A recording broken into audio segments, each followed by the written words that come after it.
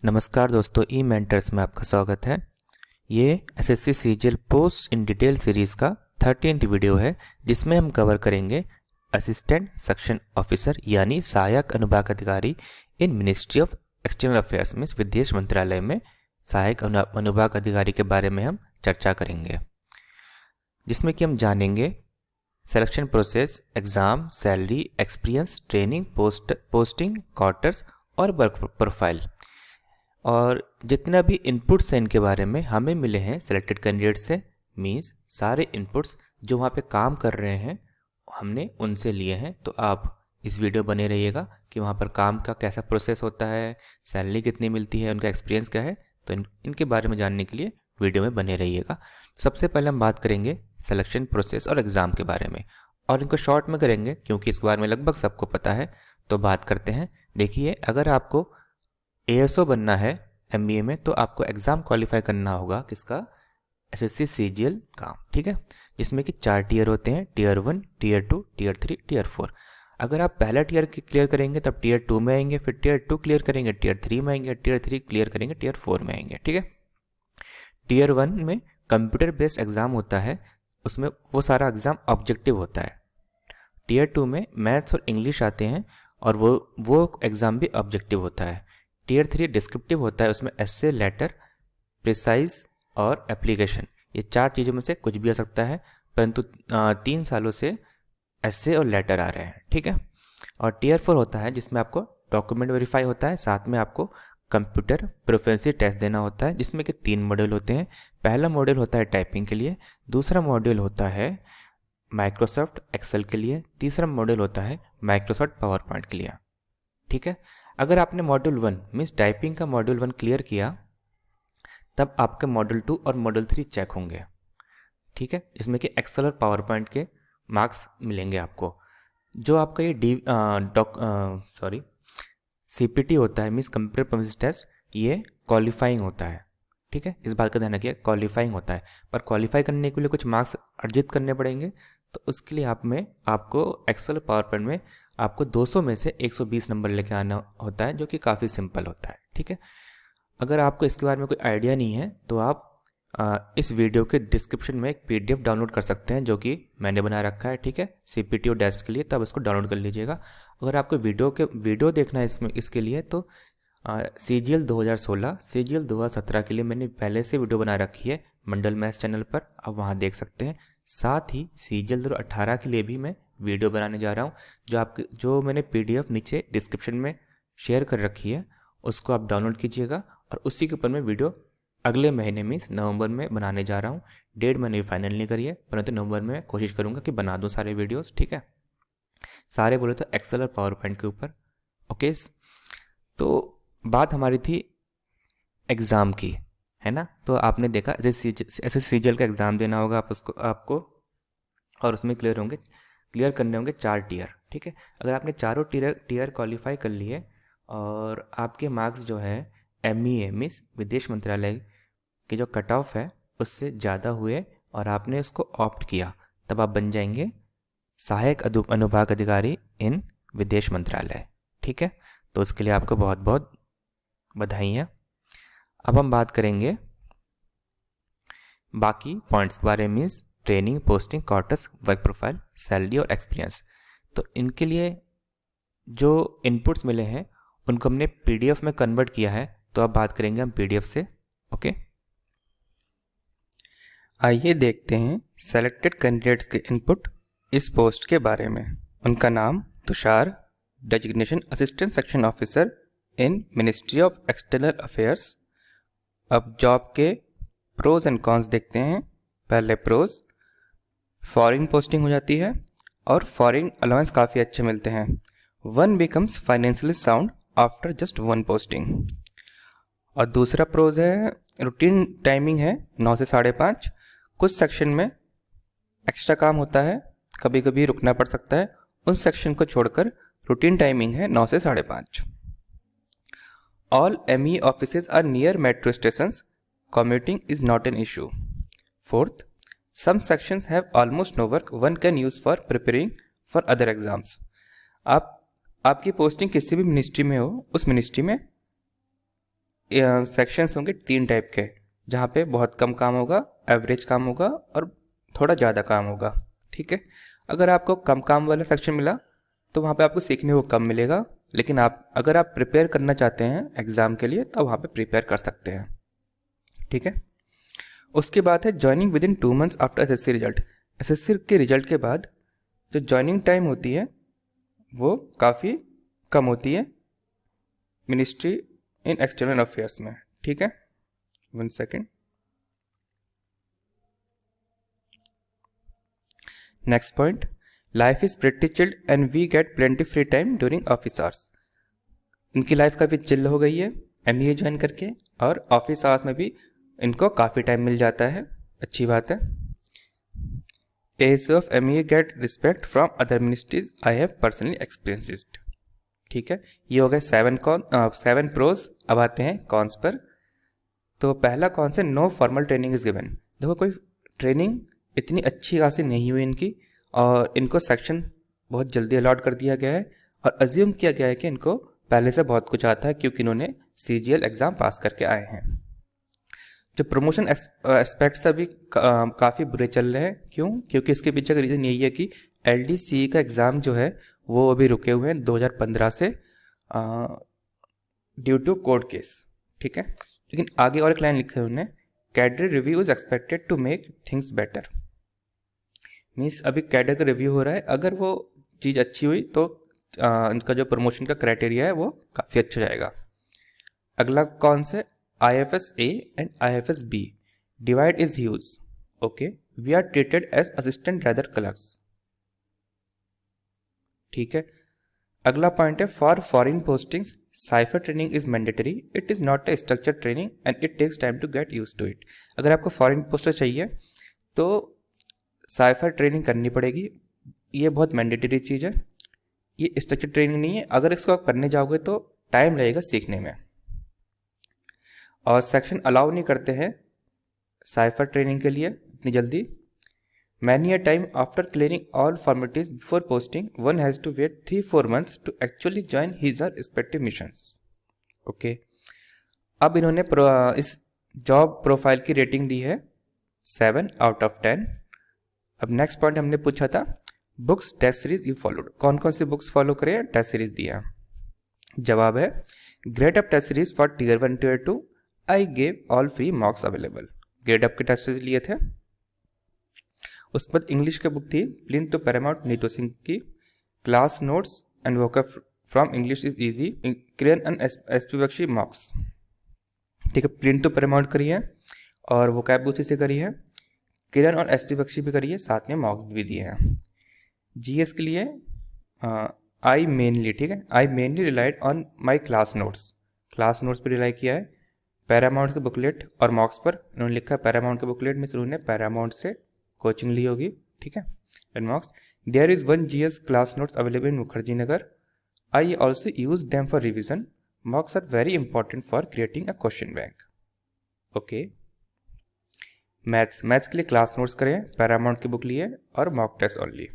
Reasoning के लिए मॉक्स only, सिर्फ मॉक्स दिए हैं, and for some specific topics I studied from YouTube. ठीक है, ये हो गई इनकी पढ़ाई की बातें। सबके अपने अपने शेड्यूल होता है, कैसे पढ़ेंगे, अपने अपने बुक्स होते हैं। आप जो भी चीज़ फॉलो कर रहे हो ना उस पर भरोसा कर रखिएगा, ठीक है, और ख़ुद पर भी रखिएगा, तभी आप आगे बढ़ सकते हैं। तो जो भी आप बुक्स और टेस्ट सीरीज फॉलो कर रहे हैं उस पर भरोसा रखो और ख़ुद पर भरोसा रखो, तो आप इजीली क्रैक कर जाएंगे एग्ज़ाम। अब नेक्स्ट पॉइंट पे आते हैं। नेक्स्ट पॉइंट क्या है, क्वेरीज।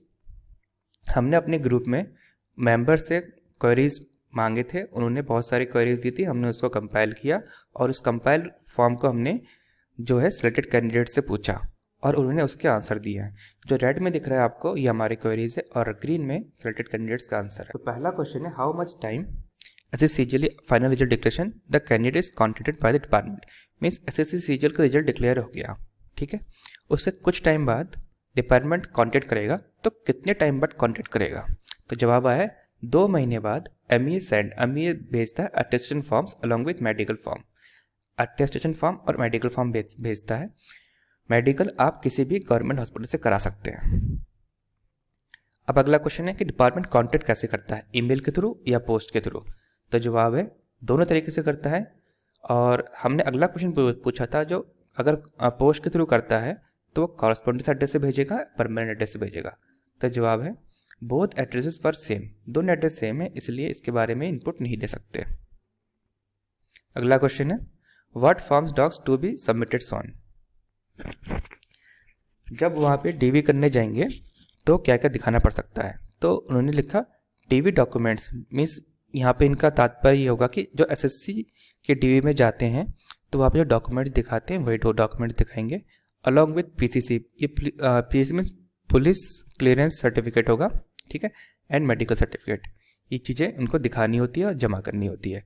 डॉक्यूमेंट्स दिखानी होंगी और ये चीज़ें जमा करनी होंगी, ठीक है। अगला क्वेश्चन है please throw some light in the medical process and some points related to it.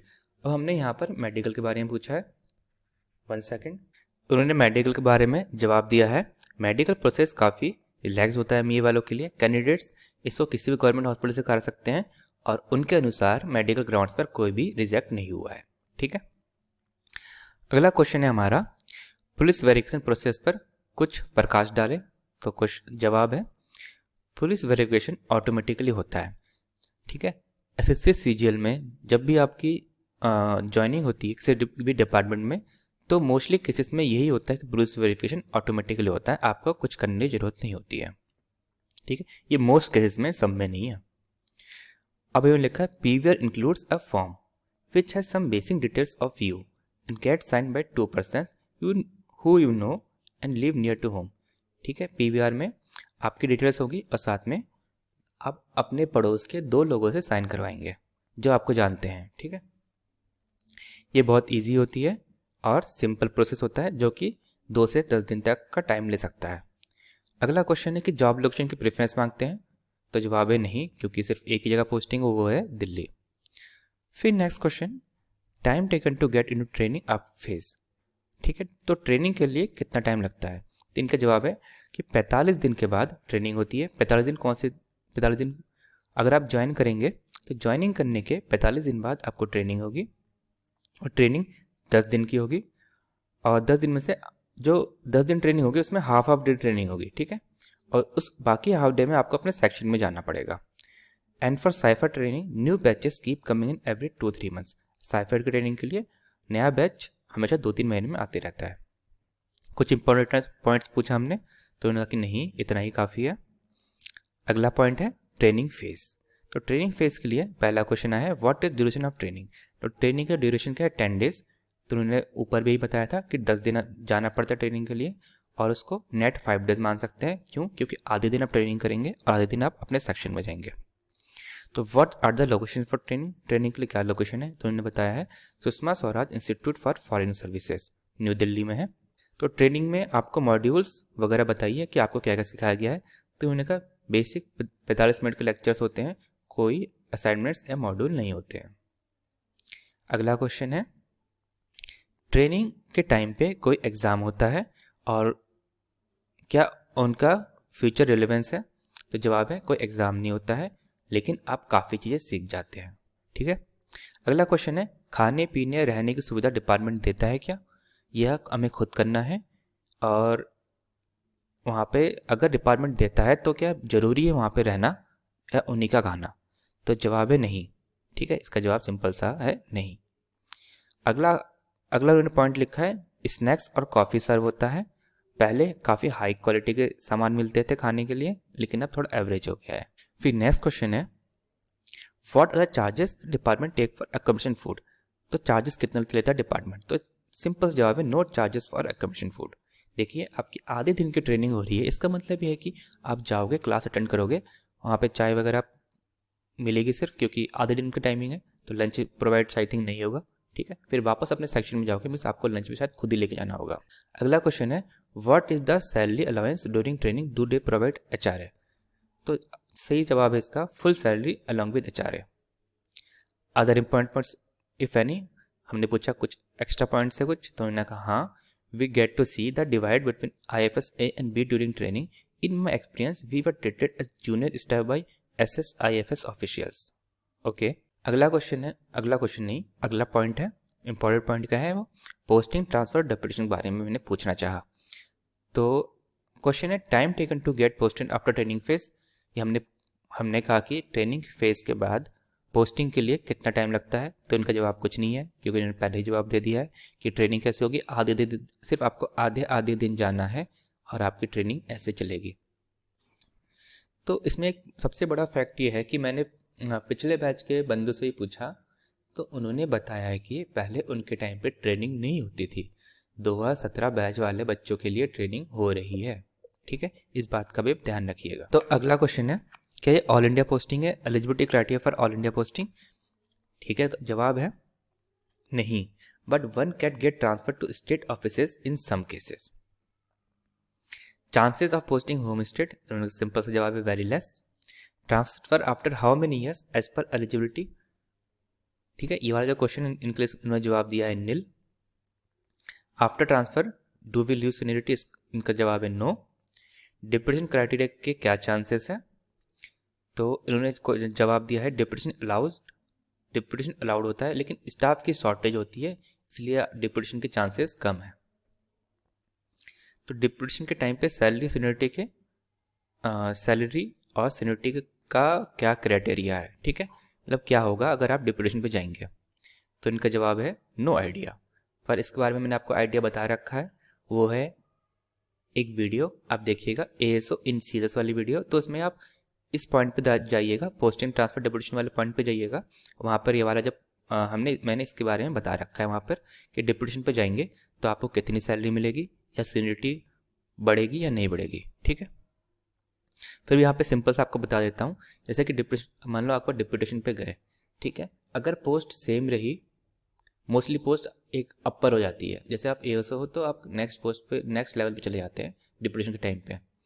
तो आप डिप्यूटेशन में गए तो आपके पास दो चॉइस होते हैं कि आप सैलरी जो है 5% एक्स्ट्रा लेंगे, ठीक है, 5% ऑफ बेसिक एक्स्ट्रा लेंगे, या जो नई पोस्ट जो नया लेवल है पे लेवल आप उसके अकॉर्डिंग सैलरी लेंगे। मान लो आप 4600 ग्रेड पे हैं और आप डिप्यूटेशन पे जा रहे हैं 4800 ग्रेड पे, तो आपके ऊपर चॉइस है कि आप 4800 ग्रेड पे वाली सैलरी लेंगे कि 4600 ग्रेड पे वाली सैलरी लेंगे प्लस 5% एक्स्ट्रा। 5 और 10 होता है, कुछ क्राइटेरियाज है, आप उसको देख सकते हैं। Other important points of any, उन्होंने कहा नहीं इतना ही काफ़ी है। अगला पॉइंट है वर्क प्रोफाइल एंड कल्चर।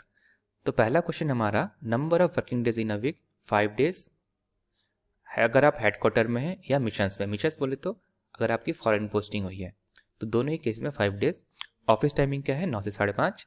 इस बायोमेट्रिक नेसेसरी, यस नेसेसरी, लेकिन अभी कोविड के टाइम पे अभी रुकी हुई है। इज इट फील्ड जॉब और डेस्क जॉब, ये फील्ड जॉब है या डेस्क जॉब है, और इनके बारे में हमने डिस्क्रिप्शन पूछा था, अगर है तो इनके बारे में थोड़ा बहुत बताइए। तो जवाब है डेस्क जॉब भी है और थोड़ी सी फील्ड जॉब है। तो डेस्क जॉब में उन्होंने कहा कि most sections have files and bridge related work, ठीक है, फाइल्स का काम करेंगे और ब्रिज रिलेटेड वर्क करेंगे।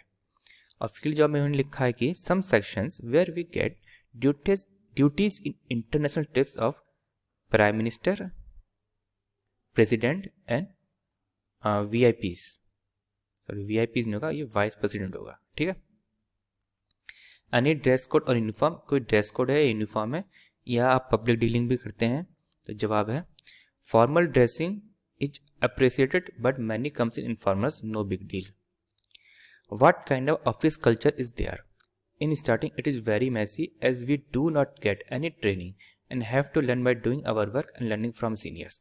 देखिए आप कहीं पर भी जाइए तो आपको पहले समझने में दिक्कत होगी, लेकिन धीरे धीरे आप सीनियर्स से हेल्प लेकर सीख सकते हैं। तो इनका भी कहना यही है। ऑफिस इंफ्रास्ट्रक्चर गुड, एवरेज और बैड? वेरी गुड, काफ़ी अच्छा इंफ्रास्ट्रक्चर है। Other important points if any? उन्होंने कहा नहीं इतना ही काफ़ी है। अगला पॉइंट है सैलरी एंड अलाउंस। तो सैलरी और अलाउंस कितना है? देखिए सैलरी जो है 4 पार्ट पे डिवाइड करता है, बेसिक, HRA, DA, TPT। ये चीज़ें हमने क्लैरिफाई करने के लिए लिखी है, क्वेश्चन तो हमारा थोड़ा नीचे है, ठीक है। तो इन 4 चीज़ों पे डिपेंड है। तो बेसिक 44,900 होती है MEA के लिए, तो 44,900 यहाँ पे आ गया है। जो HRA है अभी 24% है क्योंकि MEA की पोस्टिंग दिल्ली में होती है। DA अभी इस वक्त 2020 में 17% है और ट्रांसपोर्ट अलाउंस 3600 है, ठीक है। तो सैलरी कैसे कैलकुलेट होती है, नीचे मैंने बता रखा है। Salary is equal to basic into 1 plus D A percent plus HRA percent plus D A basic into 1 plus D A percent. जैसे लेवल 7 में है MEA की पोस्ट, तो उसकी सैलरी हुई 44,900 into 1.41 plus 3600 into 1.17 equal to 67,521। क्योंकि MEA की posting होती है एक्स-सिटी में, मीन्स दिल्ली में, तो इसके हिसाब से हमने यहाँ पे सैलरी निकाल रखी है। अब हमने यहाँ क्वेश्चन पूछा, in view of the above there are few queries which are mentioned below, is there any allowance added per month. क्या इस मेन सैलरी के अलावा कोई अलाउंस मिलता है उनको, और एनी स्पेशल अलाउंस, कोई स्पेशल अलाउंस है, other important points if any. तो उन्होंने कहा नहीं, कोई एक्स्ट्रा अलाउंस नहीं है, सिर्फ फॉरेन अलाउंस मिलेगा अगर आप फॉरेन पोस्टिंग पे जाएंगे, तो कोई स्पेशल अलाउंस नहीं। अब अगला हमारा पॉइंट है promotion aspects and departmental exams. तो हमारा पहला क्वेश्चन सीनियरिटी कैसे कंसिडर की जाएगी, इसके हिसाब से हमने कई सारे पॉइंट लिखे हैं। तो उन्होंने लिखा है एज पर CGL मार्क्स या रैंक, for which designation department exams are held and how many attempts are given. ठीक है, मीन्स किस डेजिग्नेशन के लिए डिपार्टमेंट एग्जाम होगा और कितने अटेम्प्ट्स दिए जाएंगे। For the post of SO means section officer के लिए डिपार्टमेंट एग्जाम होगा, लेकिन कोर्ट केस के कारण डिपार्टमेंट एग्जाम नहीं हो रहा है, सब कुछ रुका हो रहा है, और नंबर अटेम्प्ट्स के बारे में कुछ अता पता नहीं है। मुझे भी वैसे नहीं पता है कि कितने अटेम्प्ट्स होंगे, लेकिन सिंपल सा एक रूल है कि 4 अपार, ठीक है, 4 अपार के बाद आप डिपार्टमेंट एग्ज़ाम दे सकते हैं। और साथ में दूसरी चीज़ है कि 5 साल का आपका सर्विस पीरियड होना चाहिए, सर्विस सेलेक्ट लिस्ट के हिसाब से, ठीक है, तो आप डिपार्टमेंट एग्ज़ाम दे पाएंगे। और अगर आप डिपार्टमेंट एग्ज़ाम क्वालिफाई नहीं कर पाते हैं तो 8 साल बाद, ठीक है, 8 साल बाद आप SO बनने के लिए एलिजिबल हो जाएंगे विदाउट डिपार्टमेंट एग्ज़ाम।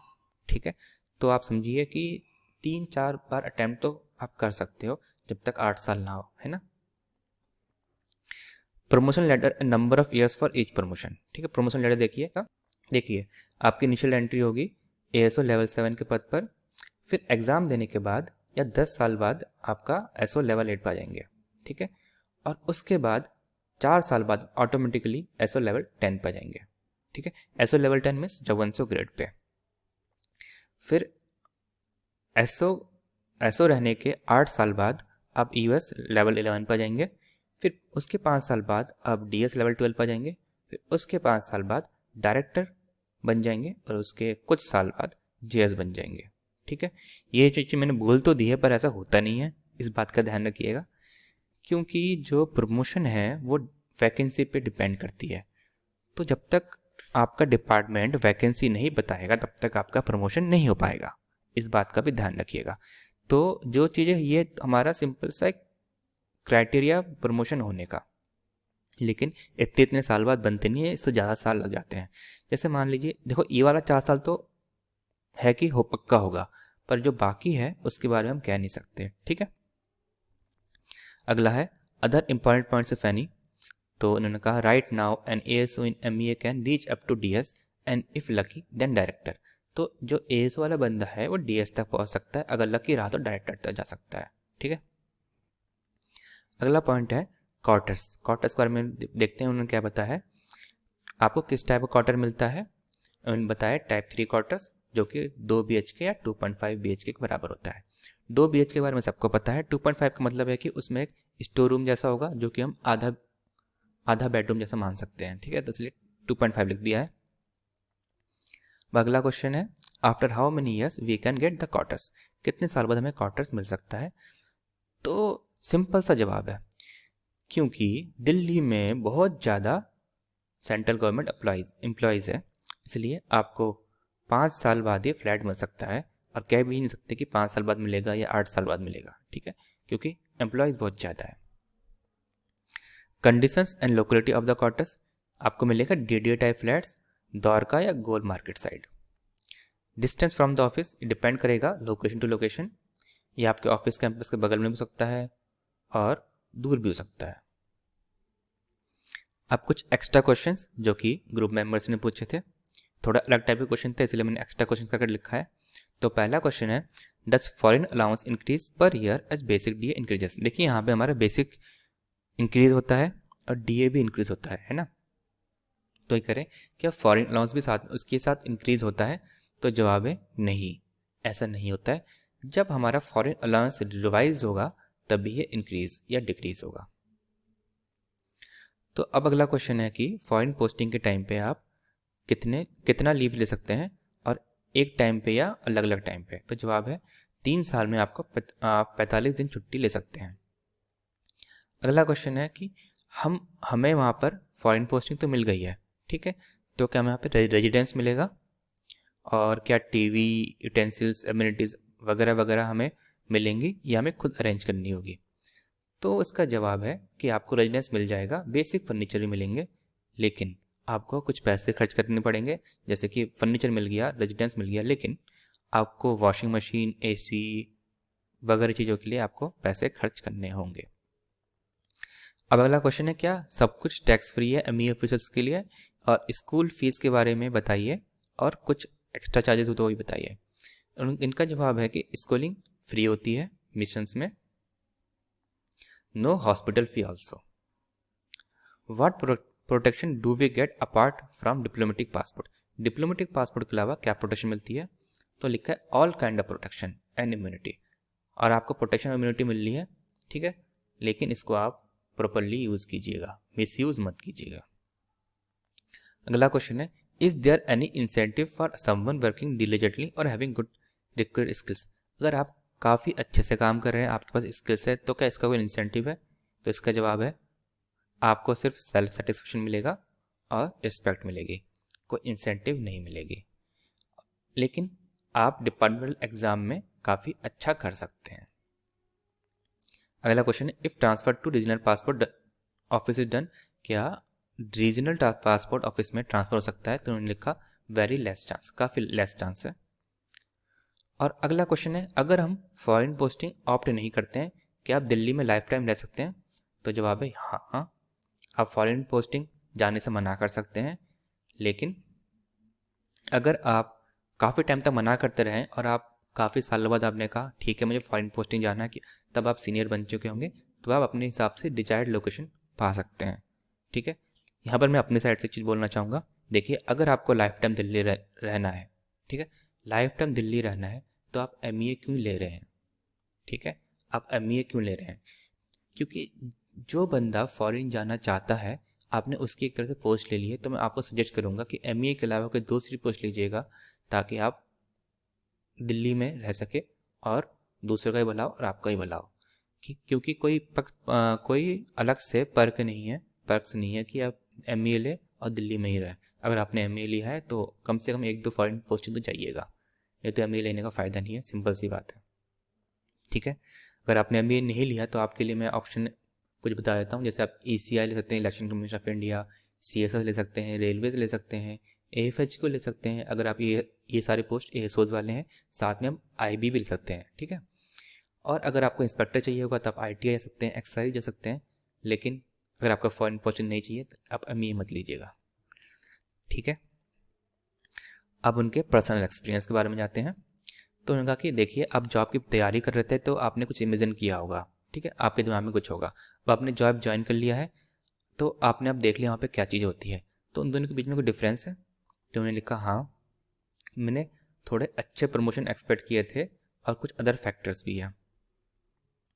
तो क्वेश्चन है जॉब सेटिस्फेक्शन है या नहीं है और उसके रीज़न, तो जवाब है some word satisfied as great opportunity to experience the world of diplomacy, ठीक है, एंड इंटरनेशनल रिलेशंस।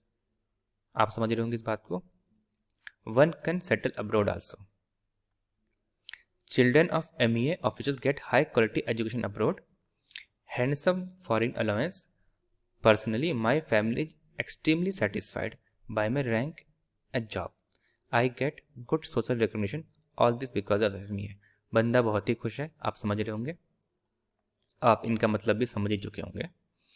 अब अगला पॉइंट है will you go for any other post in next CGL exam, क्या आप नेक्स्ट सीजीएल एग्जाम में कोई पोस्ट लेंगे, तो इनका जवाब सीजीएल के एग्जाम के पोस्ट के बारे में नहीं है, इनका जवाब कुछ दूसरे पोस्ट के बारे में है।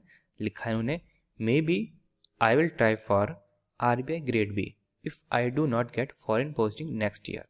मीन्स अगर नेक्स्ट ईयर फॉरेन पोस्टिंग नहीं मिलती है तो आरबीआई के ग्रेड बी के एग्जाम के लिए जाएंगे।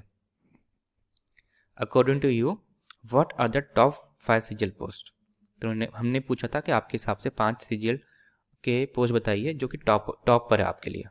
तो जवाब है AAO, ME और ITI। इन्होंने इतना ही बताया, 3 ही बताए हैं।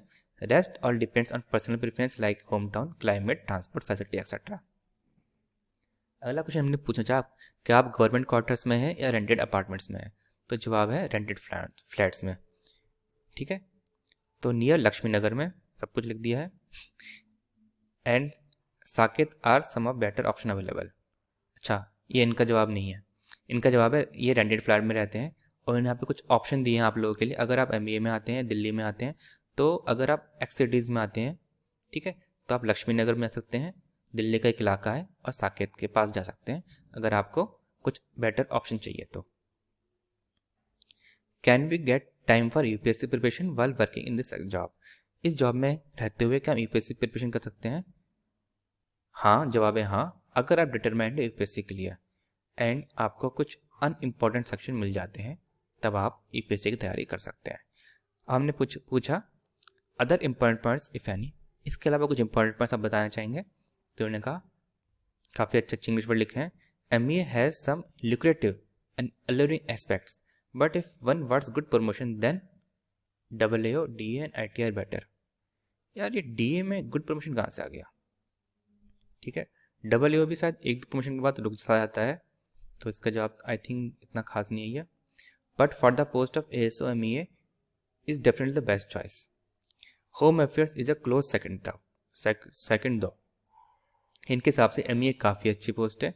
अगर आपको गुड प्रमोशन चाहिए तो आप AAO, TA और ITI ले सकते हैं। बस इतना जवाब है, और MEA इनके हिसाब से बेस्ट चॉइस है। ठीक है, अगर आपको गुड प्रमोशन जाना है तो मेरे हिसाब से अगर आप दिल्ली चाहेंगे तो इलेक्शन कमीशन ऑफ इंडिया लीजिएगा। इतना मैं कहूँगा, आपका जो फर्स्ट प्रमोशन है सेक्शन ऑफिसर के रूप में वो थोड़ा जल्दी हो सकता है बाकियों के मुकाबले। क्यों? बाकियों में होता है डिपार्टमेंटल एग्जाम, पर इलेक्शन कमीशन ऑफ इंडिया में डिपार्टमेंटल एग्जाम नहीं है। वहाँ पे जैसे ही वैकेंट पोस्ट होगी तो आपको SO के पोस्टिंग मिलने के चांसेस ज़्यादा बढ़ जाएंगी। ठीक है, जैसे कि 2015 में किसी ने ज्वाइन किया था और उसकी जो प्रमोशन हुआ है SO के रूप में 2019 में हो गया है। ठीक है, आप समझ होंगे कि ECI काफ़ी अच्छी पोस्ट है अगर आप को चाहिए SO में प्रमोशन काफ़ी जल्दी। यहाँ पे तो रुका हुआ है MEA, CSS, रेलवेज, IB, यहाँ पे प्रमोशन रुका हुआ है। ठीक है, ASO से SO बनने की काफ़ी जद्दोजहद हो रही है क्योंकि डिपार्टमेंटल एग्ज़ाम नहीं हो रहा है, कोर्ट केसेस चल रहे हैं, तो काफ़ी दिक्कतें हैं। इसलिए मैंने आपको काफ़ी अच्छा ऑप्शन दिया है ECI का, इलेक्शन कमीशन ऑफ इंडिया, अगर प्रमोशन के बारे में बात करें तो। ठीक है, ये हो गई इस वीडियो में। हम MEA के बारे में बात कर रहे थे, पर मैंने यहाँ पे लास्ट में आपको ECI के बारे में बता दिया, सॉरी फॉर दैट। ठीक है, अब हमारी तरफ से आपके लिए पॉइंट है, आपकी कोई क्वेरी लेफ्ट है तो हमें बताइए कमेंट सेक्शन में, और आप टेलीग्राम ग्रुप ज्वाइन कर सकते हैं। पर्सनली मैं आपसे कहूँगा कि आप टेलीग्राम ग्रुप ज्वाइन करिएगा, जिसका कि लिंक डिस्क्रिप्शन में है। ठीक है, और आप लोगों ने वीडियो यहाँ तक देखा उसके लिए बहुत बहुत धन्यवाद। उम्मीद करता हूँ आपको वीडियो काफ़ी पसंद आई होगी। पसंद आइएगा तो लाइक, शेयर, सब्सक्राइब कीजिएगा, इससे हमें मोटिवेशन मिलता है ना।